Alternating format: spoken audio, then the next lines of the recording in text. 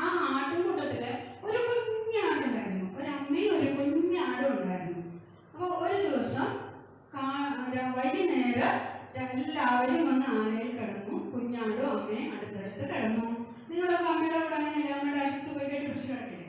അതുപോലെ അമ്മയുടെ അടുത്ത് കുഞ്ഞാട് ഒന്ന് കിടന്നു. കുഞ്ഞാട് എന്നിട്ട് എന്ത് ചെയ്തെന്നറിയോ?